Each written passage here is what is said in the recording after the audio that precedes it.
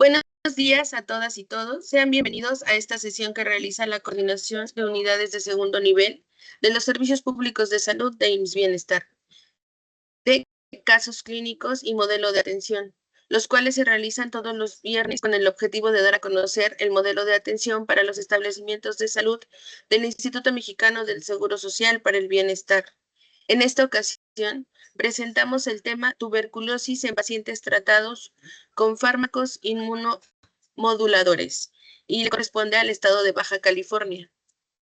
Les recordamos que pueden realizar preguntas y comentarios al finalizar la ponencia y si desean participar, pueden dar clic en el icono de participar para que nosotros podamos activar sus micrófonos. Es para mí un gusto presentar al doctor Juan Gutiérrez Mejía, quien es nuestro titular de la División de Hospitales. Nos va a dar unas palabras de bienvenida. Adelante, doctor. Buenos días. Hola, muy buenos días a todas y todos. Gracias por estar en este espacio de aprendizaje. Especialmente gracias al doctor Rafael y a su equipo de trabajo que van a hacer esta presentación de un tema tan importante y trascendental dentro de la salud pública de la Ciudad de México. Esperemos que sea una muy exitosa oportunidad de aprendizaje y que nos deje conocimiento aplicable a nuestra práctica profesional diaria.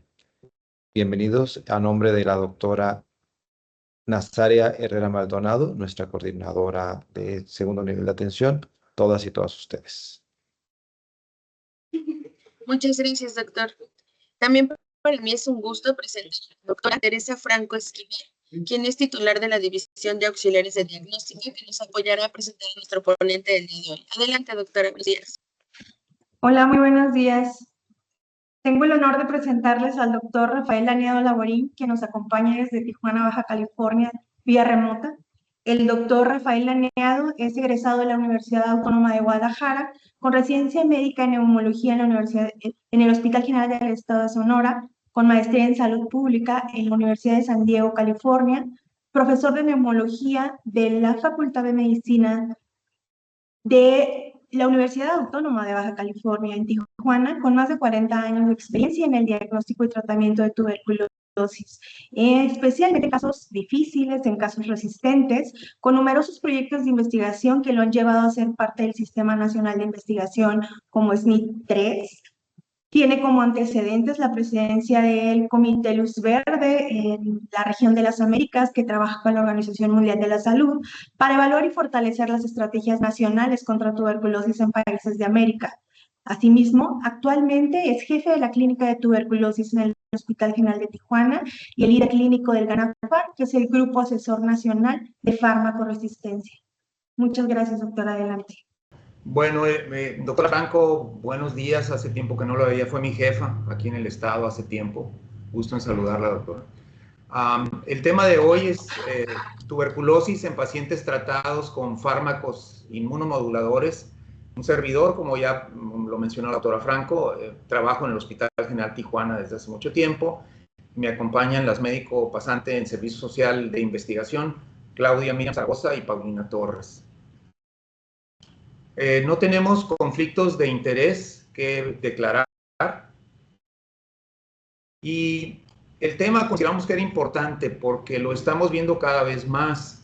El tratamiento con medicamentos o biológicos inmunomoduladores han venido a revolucionar el manejo de enfermedades autoinmunes, como por ejemplo la artritis reumatoide y la enfermedad inflamatoria intestinal. Sin embargo, está bien documentado que estos tratamientos aumentan el riesgo de infecciones, incluyendo la tuberculosis activa, ya que en el caso de la tuberculosis interfieren en la formación y el mantenimiento de los granulomas durante la infección, que es la forma que el organismo tiene para tratar de controlar la enfermedad. Es por ello que es esencial realizar pruebas de detección de infección para tuberculosis en los pacientes antes de que inicien la terapia biológica y en el caso de que esté indicado, administrar tratamiento preventivo. A pesar del tratamiento preventivo que llegamos a dar, el riesgo de desarrollar tuberculosis en pacientes en tratamiento con inmunomoduladores persiste, especialmente en regiones con una alta prevalencia de tuberculosis como la nuestra. Buenos días. Soy la doctora Claudia, médico pasante del Servicio Social en Investigación aquí en la Clínica de Tuberculosis. Recientemente en la clínica tuvimos 3 casos de pacientes que después de iniciar con tratamiento inmunomodulador desarrollaron tuberculosis. El primer caso es un masculino de 34 años de edad con historia larga de evolución de artritis reumatoide. Él recibió múltiples tratamientos durante su enfermedad, entre ellos metotrexato, sulfasalazina y esteroides sistémicos. Pero debido a la pobre respuesta de esos tratamientos para su enfermedad y el agravamiento de los síntomas, se contempló la necesidad de utilizar un biológico. Es por eso que se inició con el protocolo de diagnóstico para infección tuberculosa. Se le realizó un IGRA, el cual se reportó positivo, y la radiografía de tórax se reportó como normal. Se inició el tratamiento preventivo con isoniazida 300 miligramos diarios durante 6 meses y al terminar con el tratamiento preventivo se le inició el inmunomodulador, en este caso el adalimumab. Un mes después de iniciar con el inmunomodulador presentó fiebre y tos productiva. Se le realizó una radiografía de tórax, la cual reveló un proceso miliar y esta se confirmó mediante una tomografía computarizada, como pueden observar aquí. El diagnóstico se confirmó mediante una prueba molecular rápida, la cual se reportó positiva para complejo M tuberculosis carga baja sin resistencia a rifampicina. Una vez confirmado el diagnóstico, se le inició con esquema primario con rifampicina, isoniazida, piracina y etambutol, y tuvo una excelente respuesta clínica. Después de un año de tratamiento, egresó a operación. Buenos días, mi nombre es Paulina Torres, igualmente soy médico pasante en el Servicio Social en Investigación aquí en la Clínica de TV. El segundo caso se trata de una paciente femenina de 25 años de edad, la cual tiene diagnóstico de colitis ulcerativa de 6 años de evolución. La paciente recibió diferentes tratamientos a los cuales tuvo una mala respuesta, entre ellos la mesalazina y esteroides sistémicos. Por ello se consideró utilizar un agente biológico. Para esto se realizó un tamizaje para tuberculosis con una prueba de tuberculina, la cual se reportó positiva, y una radiografía de tórax que resultó normal. Se decidió iniciar el tratamiento preventivo con isoniazida, 300 miligramos diarios, y tras 10 semanas de este tratamiento recibió su primera dosis de inmunomodulador. En este caso, recibió infliximab. Completó su fase de inducción 6 semanas después y continuó con el régimen de isoniazida por 6 meses. 2 semanas después de la fase de mantenimiento del inmunomodulador, presentó síntomas típicos de tuberculosis, entre ellos fiebre, diaforesis, tos, astenia y una pérdida de peso de 6 kilogramos. La radiografía de tórax mostró un patrón difuso, como se puede apreciar en esta imagen, y su prueba molecular rápida se reportó positiva para complejo Mycobacterium tuberculosis con una carga de trazas y resistencia indeterminada a rifampicina, por lo que se decide iniciar tratamiento para tuberculosis con un esquema de primera línea. La paciente estuvo hospitalizada durante 20 días debido a que presentó dificultad respiratoria y no requirió ventilación mecánica. Finalmente egresó por curación al finalizar un año de tratamiento. El último caso es un médico residente de cirugía general de 29 años, el cual cuenta con una historia de 7 años de evolución de espondilitis anquilosante. Él hace 5 años recibió profilaxis con isoniazida debido a que iba a recibir tratamiento con adalimumab. Sin embargo, tuvo que suspender el inmunomodulador debido a una reacción adversa. Recientemente inició con el inmunomodulador secukinumab sin recibir tratamiento preventivo para TB, debido a que según la literatura el secukinumab no requiere tratamiento preventivo. Y durante la fase de inducción de este fármaco desarrolló sintomatología sugestiva de TB. El diagnóstico se por prueba molecular rápida, la cual reportó un complejo M tuberculosis carga media sin resistencia a rifampicina.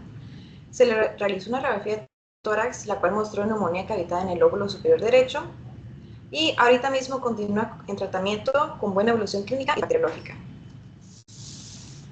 Hablemos de la infección tuberculosa, cómo se estudia y cómo se trata.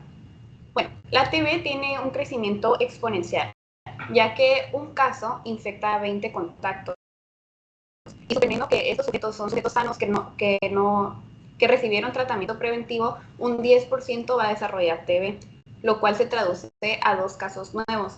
Y de estos 2 casos nuevos van a enfermar a otras 2 personas, y así sucesivamente. Esta es una prevalencia de infección latente entre los contactos domiciliarios de un caso activo. Aquí podemos apreciar que entre el grupo de menores de 5 años, 37% se va a infectar. En el grupo de 5 a 14 años, un 50% se va a infectar. Y en el grupo de 15 años y mayores, hasta un 42%. Esta tabla nos demuestra que entre una tercera parte y la mitad de los contactos domiciliarios de un caso activo se van a infectar.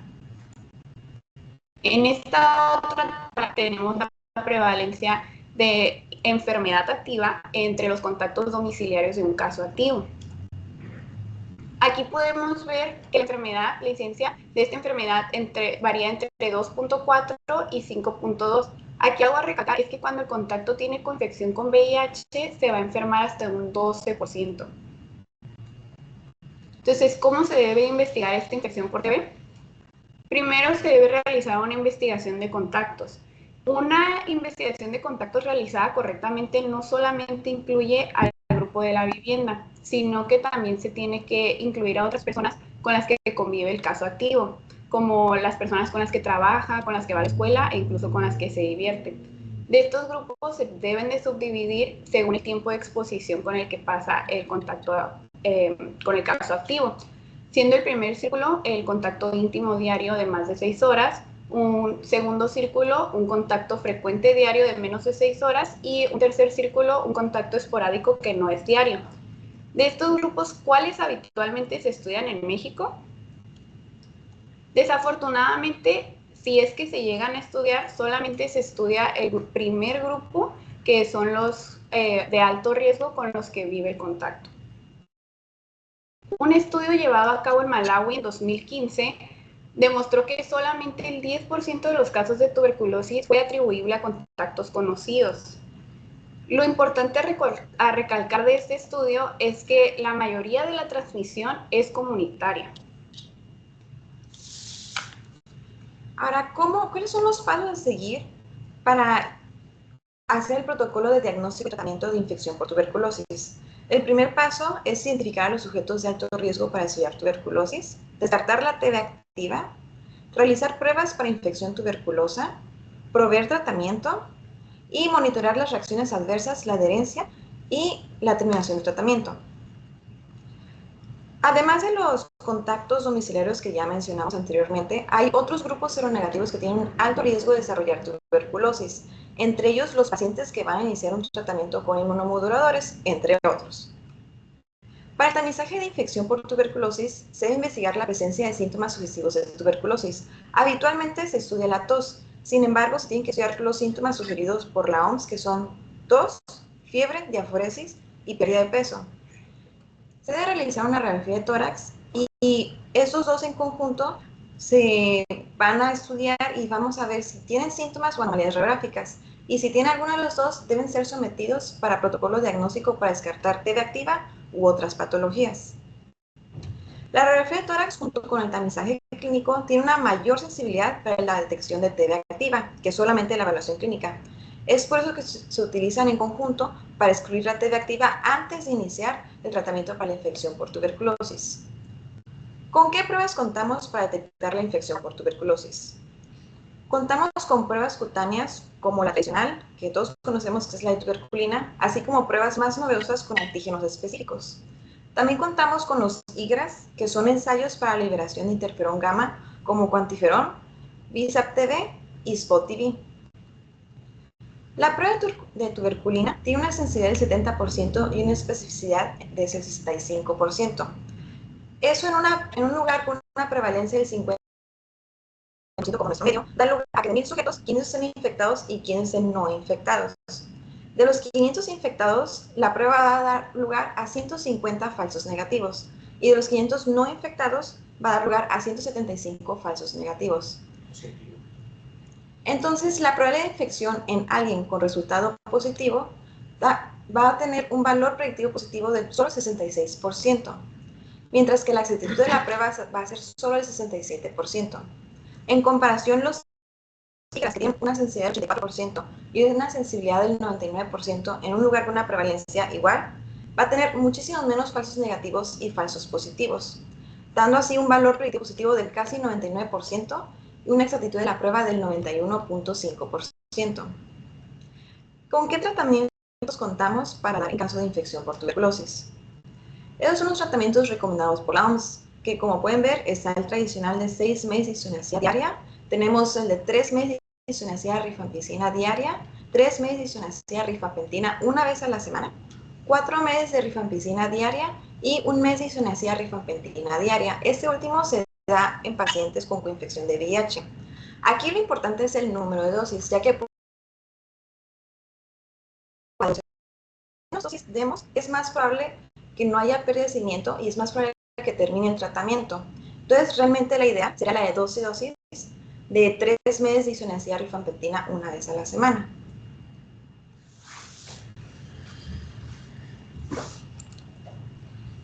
Como mencioné, la tuberculosis activa es una complicación importante en pacientes que están siendo tratados con medicación inmunomoduladora, especialmente si se trata de una región endémica de tuberculosis como nuestro país.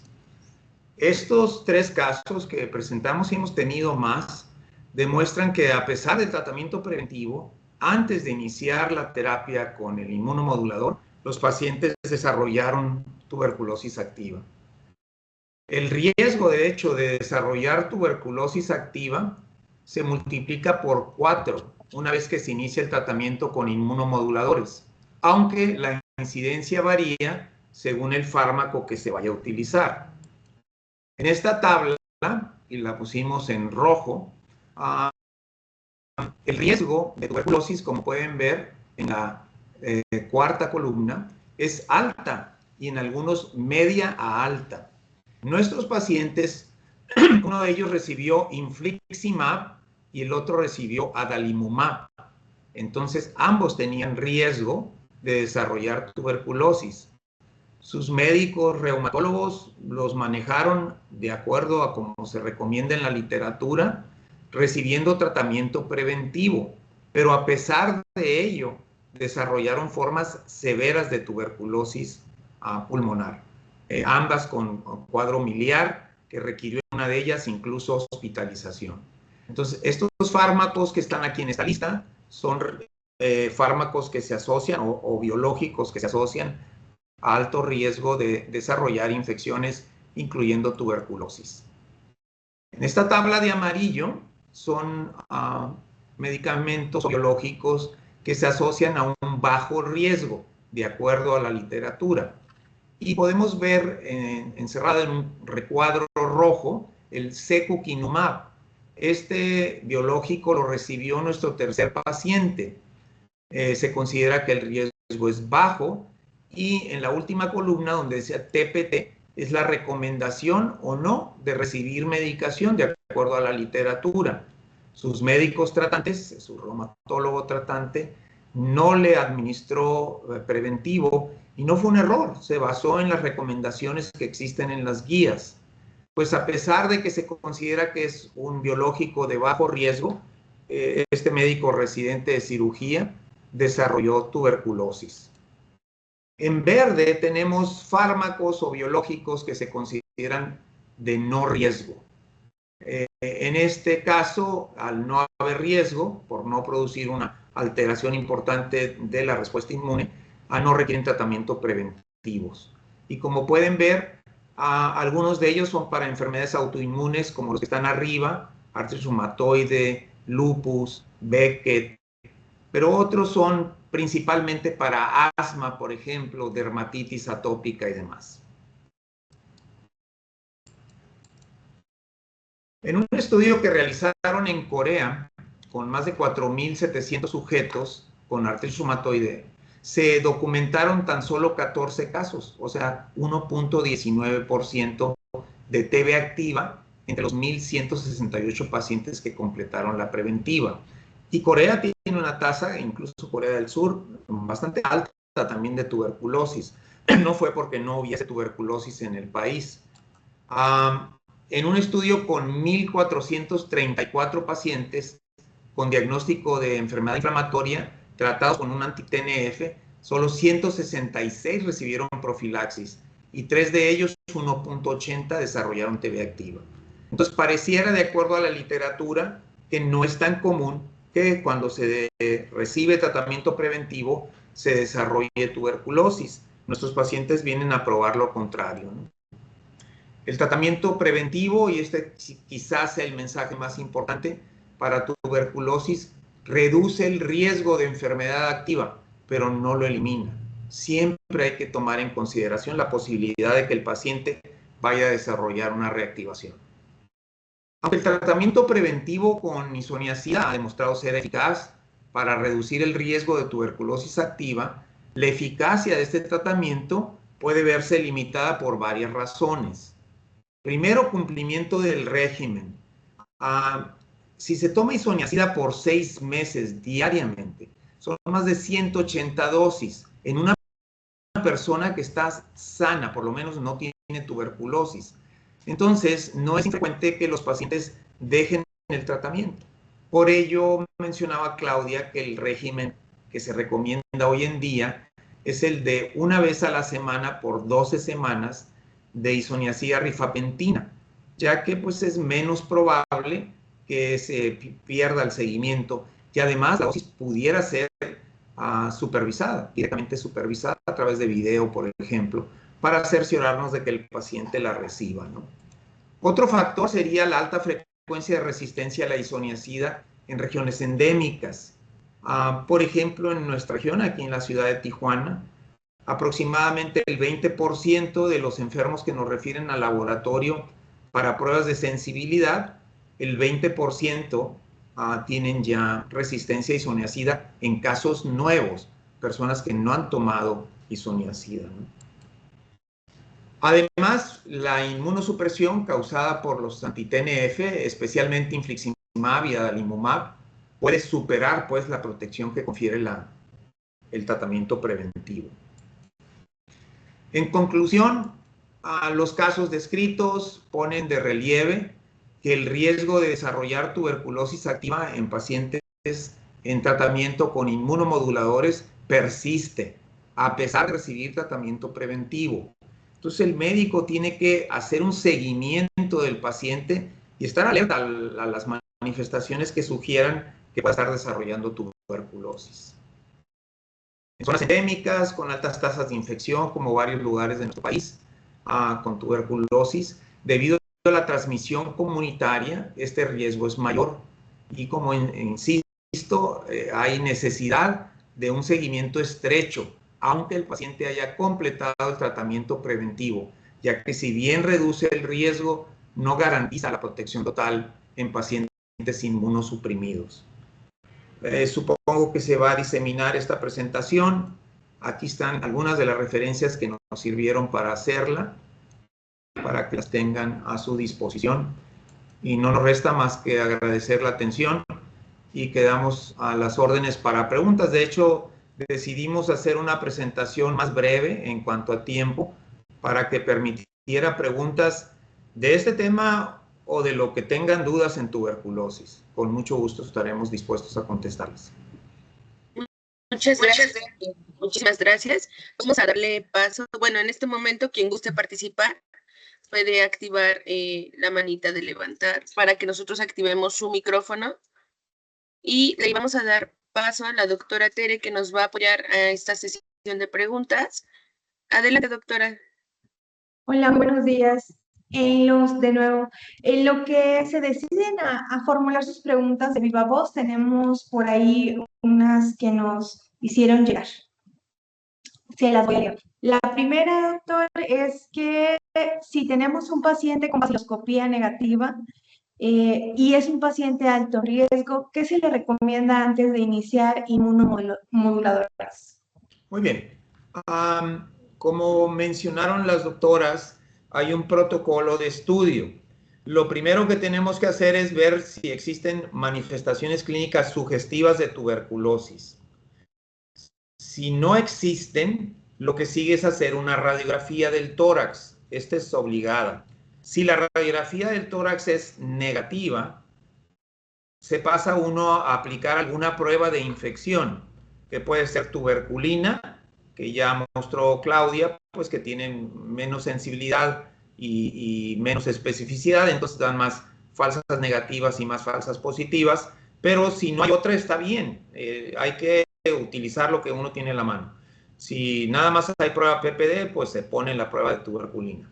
Si tienen acceso a una prueba de IGRA, que son más sensibles y más específicas, se determina si la persona está infectada. Y una vez que descarta uno que hay enfermedad activa, puede uno empezar el tratamiento preventivo. La pregunta decía si la persona tiene baciloscopía negativa. La baciloscopía diagnóstica, el programa nacional está tratando de eliminarla y sustituirla por la prueba molecular rápida. El estado de Baja California es uno de los pioneros en esto. Por ejemplo, en el Hospital General, aquí en Tijuana, en los centros de salud y en nuestra clínica, por supuesto, cuando se envía un paciente con sospecha de TB, lo que hacemos es una prueba molecular rápida. La conocen como EXPERT, pero esto ya suena comercial, ¿no?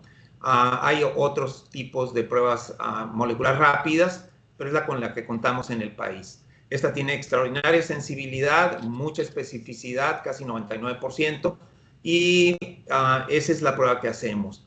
El resto del país poco a poco va a ir sustituyendo la baciloscopía diagnóstica por prueba molecular rápida.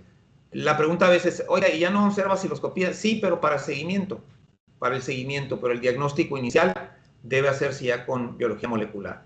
Entonces, si usted pidió una baciloscopía es que está sospechando tuberculosis probablemente activa, no solo una infección, y ahí lo que sugerimos es que se haga una prueba molecular rápida y un cultivo, porque el cultivo nos permitirá llevar a cabo otras pruebas que no tenemos todavía acceso a pruebas moleculares. Muchas gracias, doctor. Vamos a darle la voz a Uriel Mesa, que levantó la mano. Ya puede activar su micrófono, ya lo tiene activo. Hola, doctor, buenos días. Buenos días. Mi pregunta es, yo soy odontóloga. ¿Sí se pueden atender los pacientes con tuberculosis? Atiendo puros niños. Bueno, mire, para beneficio de usted, los niños también contagian, si tienen tuberculosis pulmonar. Tenemos dificultad para hacer el diagnóstico en los niños, porque en los adultos es muy fácil. Llegan aquí a la clínica, les damos un contenedor de exploración y nos produce una flema y la examinamos. El niño generalmente no tiene esta capacidad, pero ahora la prueba rápida se está llevando incluso en heces, en niños pequeños, para saber si tienen tuberculosis. Entonces, si el niño tiene tuberculosis pulmonar, usted está en riesgo de adquirir la enfermedad, porque el niño respira y al exhalar va a exhalar bacterias. Es menor riesgo que un adulto, que generalmente tienen cavitaciones, pero el riesgo sigue existiendo. Entonces, sería conveniente que, por alguna razón, no sé por qué pensaría usted que tuviera ese niño tuberculosis, su pediatra la tranquilizara diciéndole que no tiene, ¿no? Bueno, mi pregunta es, cuando ya están en tratamiento, los que ya está diagnosticada la enfermedad y ya está bajo tratamiento, ¿aún no se pueden atender o sí se pueden atender los niños? Siempre y cuando no sea bacilífero ya. Por ejemplo, en los niños es bien común que tengan TB ganglionar, sin tener tuberculosis pulmonar. Entonces, ese caso no es contagioso. En el caso de los niños con tuberculosis pulmonar, una vez que sus pruebas diagnósticas, el cultivo, las baciloscopías estén negativas, se puede atender sin riesgo, ¿no? Pero en los niños va a ser difícil estar obteniendo muestras periódicamente, ¿no? Exacto. Gracias, doctor. Muy bien, tenemos otras preguntas. No hay más manitas levantadas, entonces me voy a ir a las que ya tenemos aquí formuladas por vía remota. Y la siguiente pregunta es que si es recomendable repetir estudios diagnósticos en los pacientes como inmunomoduladores y en este caso, ¿cada cuánto? Ok. Aquí los estudios diagnósticos serían o el PPD o la prueba de cuantiferón o el VIDA-TB. Vamos a suponer que la persona tenía un PPD positivo antes de iniciar una prueba de IGRA positiva antes de iniciar el tratamiento preventivo. No se requieren y no se deben repetir. El PPD, mientras se tengan estímulos, va a seguir saliendo positivo. Esto es, si yo tengo infección y me ponen una prueba cutánea de tuberculina y está positiva, y a los meses me vuelven a retar mi sistema inmunológico con el antígeno de la tuberculina, pues va a seguir saliendo positiva. Y a diferencia de la enfermedad activa, donde queremos que las baciloscopías y el cultivo se vuelvan negativos por el tratamiento, en el caso del tratamiento de la infección, no esperemos a que el IGRA o la tuberculina se vuelvan negativas. No va a suceder, ni siquiera se recomienda que lo anden haciendo. Excelente. Le formulo la siguiente pregunta. En el caso de tuberculosis latente tratada parcialmente en un paciente con inmunomoduladores, ¿es recomendable volver a iniciar? Sí, tendría que empezar de cero. Hay algo curioso, la isoniazida se ha dado por 60 o 70 años probablemente, y funciona. Si compara uno la tasa de tuberculosis en alguien que recibió preventivo contra alguien que no recibió, es mayor en los que no recibieron preventivo, en aquellos que estaban en riesgo. Lo curioso es que la isoniazida es bactericida, excelente bactericida. En un paciente con tuberculosis pulmonar activa, la isoniazida puede volver que el sujeto esté negativo en una semana. O sea, es súper efectiva. Pero no es esterilizante, que eso es lo que queremos en teoría en el tratamiento de la infección. Porque las bacterias están en un estado latente, están ahí dormiditas y los bactericidas no van a tener efecto sobre ellos. Lo que queremos es un esterilizante. Por eso se combinó la isoniazida con la rifampicina, o por qué se recomienda rifampicina sola por 4 meses. En México cuidamos mucho la rifampicina y preferimos no usarla para tratamiento preventivo a menos de que no haya otra opción, porque no nos gusta perder la rifampicina, que es nuestro mejor medicamento. Muchas gracias. Tenemos otra pregunta más. Bueno, dos preguntas más. Una vez que se trató el paciente por complicaciones de tuberculosis, dado que persiste con su patología inicial, ¿hay alguna recomendación de inmunomodulador que se pueda usar o ya están contraindicados? No, se puede usar uno de estos, como el rituximab, que venían en la tabla verde, en donde se supone que el riesgo es nulo. Yo nunca diría que es nulo, pero diría que es muy bajo. ¿Por qué? Hemos visto cómo la persona, por decirlo de alguna forma, que tiene alguna enfermedad autoinmune como artritis reumatoide, vuelven a nacer. Estos medicamentos son extraordinariamente efectivos y no es justo que estén sufriendo dolor y demás. Deben de recibirlo. Nosotros trabajamos siempre en colaboración con los reumatólogos y platicamos para elegir el mejor esquema para el paciente. Ahora, el tratamiento preventivo no es de por vida. O sea, damos el tratamiento y quiere decir que ya nunca vamos a necesitar otra vez. No. Si a alguien le dieron tratamiento preventivo hace 3 años porque recibió un inmunomodulador y se mejoró y ahora le quieren reiniciar con otro, perfectamente bien se puede volver a dar tratamiento preventivo, porque se ha demostrado que nos protege quizá en un medio como el nuestro un par de años, cuando mucho. No es protección de por vida, no es una vacuna, ¿verdad? Muy bien. Una pregunta más, doctor. ¿Cómo debe interpretarse la prueba molecular rápida en un paciente sin VIH que aparece como trazas en líquido cefalorraquídeo? ¿Y si se debe tratar? Excelente pregunta, doctora. Cuando salió el cartucho que ahora le llamamos Ultra, teníamos un cartucho del Expert MTB-RIF, que era muy sensible y muy específico. Pues desarrollaron un cartucho más sensible, un poquito menos específico, pero más sensible. Y la carga de DNA la clasifica como alta, media, baja, muy baja, y incluso ya son trazas, o sea, apenas una pequeñísima cantidad de DNA micobacteriano. Tan poquito que el cartucho lo que hace es decir, mira, te voy a analizar y te voy a decir si tiene TB, pero ahí se me va a ir todo el DNA y ya no voy a alcanzar a decirte si tiene resistencia a la rifampicina.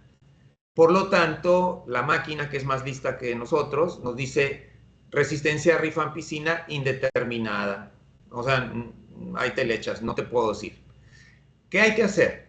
Al principio, usted se acuerda, doctora, cuando nos consiguió los cartuchos, nos llovían pacientes con resistencia indeterminada para que les diéramos tratamiento de tuberculosis resistente. No, no quiere decir que es resistente, quiere decir que el cartucho no alcanzó a poderlo determinar, ¿no?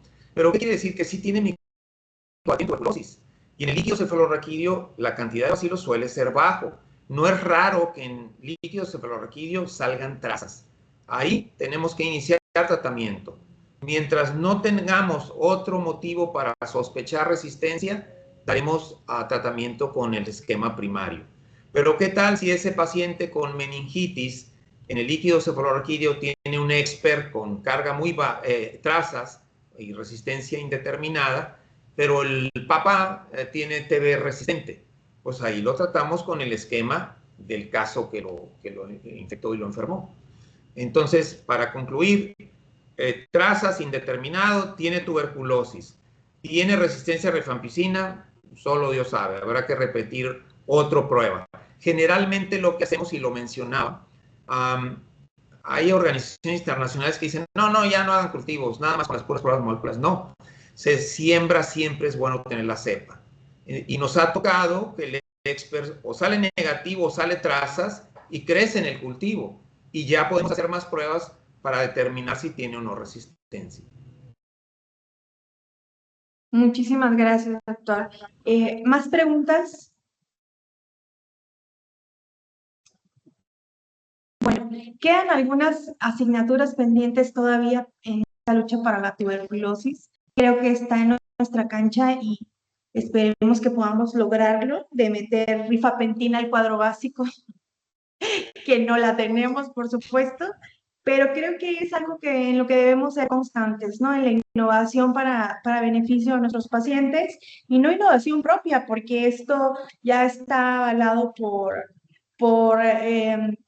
no solo por la FDA, sino por los pacientes, ¿no? Ya tiene resultados en pacientes que se han beneficiado de estas terapias simplificadas de cierta manera, y que sería ideal poderlo tener disponible, sobre todo en las entidades donde tenemos altas cargas de tuberculosis.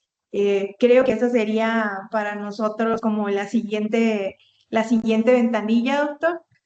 Y pues antes que nada, y al principio, para agradecerle a todos los que estuvieron presentes en esta plática, y por supuesto a su equipo, doctor Laneado, y a usted por sus siempre excelentes ponencias. Gracias a ustedes por la invitación y estamos dispuestos cuando quieran.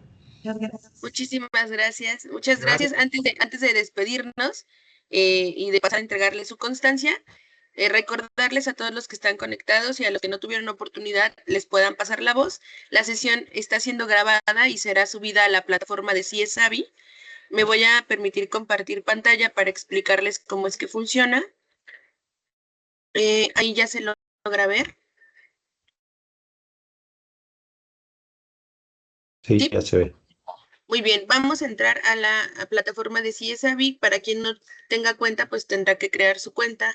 Y quien ya la tiene, vamos a iniciar sesión. Accedemos. Nos vamos a la parte de cursos. Bueno, tarda un poquito, pero en esta parte vamos a abrir la ventana donde aparecen seminarios. Y ahí nos va a aparecer el seminario de modelo de atención y casos clínicos. Ahí ya, después de que termine hoy la sesión, vamos a poder encontrar la sesión disponible. Ya abrió. Aquí lo vamos a encontrar. Aquí ya vienen cargadas nuestras sesiones pasadas y yo creo que el lunes a más tardar va a aparecer esta sesión, y una vez que aparezca la sesión va a aparecer la evaluación también para que nos arroje nuestra constancia. De todas maneras, cualquier duda, voy a colocar ahí mi correo para que los podamos apoyar. Y ahora sí vamos a pasar a la entrega de la constancia. Si me apoyan compartiendo, por favor.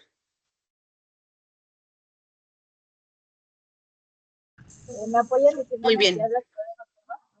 Ya se ve. Entonces, a nombre del Instituto Mexicano del Seguro Social para el Bienestar, IMSS Bienestar, y la Coordinación de Unidades de Segundo Nivel, manifestamos nuestro sincero agradecimiento y hacemos la entrega de su constancia, la cual les haremos llegar a sus correos electrónicos. Los servicios públicos de salud y IMSS Bienestar, a través de la Coordinación de Unidades de Segundo Nivel, otorga la presente constancia a el doctor Rafael Laniado Laborín, a la doctora Paulina Torres Márquez y a la doctora Claudia Miriam Zaragoza Calderón por su participación como ponentes en la sesión de modelo de atención y casos clínicos con el tema tuberculosis en pacientes tratados con fármacos inmunomoduladores. Viernes 12 de septiembre del 2025, modalidad virtual, firmado al calce por el doctor Juan Gutiérrez Mejía, quien es el titular de la División de Hospitales. Agradecemos al ponente por la excelente plática. ¿Algo que guste agregar, doctor? No, muchas gracias a todos por la invitación y estamos a sus órdenes. Adiós, doctora Franco, gusten verla. Adiós, Doc. A ver Muchísimas cuándo nos damos gracias. la vuelta por allá. Muy bien. Hasta De luego. igual manera, Bye. queremos agradecer a todos los asistentes por acompañarnos el día de hoy. Esperamos que los conocimientos adquiridos en esta sesión enriquezcan nuestra labor en el área médica hacia un mejor modelo de atención para nuestros usuarios. Les recordamos que el próximo viernes 26 de septiembre tenemos una sesión más de modelo de atención y casos clínicos con el tema dengue, que le corresponde al estado de Colima. Nos estará apoyando con su participación. Recuerden que nuestras sesiones son el segundo y el cuarto viernes de cada mes para que se conecten. Muchísimas gracias, que tengan un excelente día. Hasta luego.